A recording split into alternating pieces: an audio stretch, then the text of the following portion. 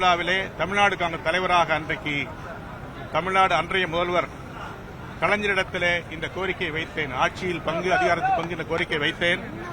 அந்த கோரிக்கையை அதே மேடையிலே அவர்கள் ஒப்புக்கொண்டார்கள். தமிழ்நாட்டுக்கும் பாண்டிச்சேரிக்கும் நீங்கள் தான் தலைவர், அன்னை சோனியா காந்தி இடத்திலே ஒப்புதல் பெறுங்கள், உங்களுக்கு அமைச்சரவையிலே பங்கு தரப்படும் என்றார்கள்.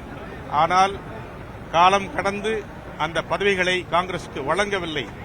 எங்களுடைய 36 சட்டமன்ற உறுப்பினர்களை வைத்து ஆதரவோடு 5 ஆண்டுகள் ஆட்சி புரிந்தவர்கள் எங்களுக்கு பதவி தரவில்லை. எங்கள் காங்கிரஸ் நண்பர்களை அமைச்சியில் அமர்த்தவில்லை. ஆனால் இன்றைக்கு எங்களுடையோடு மிகுந்த நட்போடு சொன்னபடி சொன்ன வார்த்தையை காப்பாற்றிய முதல்வராக இன்றைக்கு அருமை சகோதரர் நம்முடைய மாண்புமிகு முதல்வர் விஜய் அவர்கள் இருக்கிறார்கள்.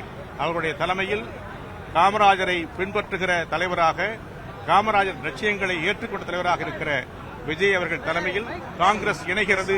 காங்கிரஸ் இந்த இணைப்பிலே மிகுந்த மகிழ்ச்சி கொள்கிறது. தமிழ்நாட்டுக்கு காமராஜர் ஆட்சி தொடர்கிறது. நாங்கள் பெருந்த மகிழ்ச்சி அடைகிறோம். நன்றி.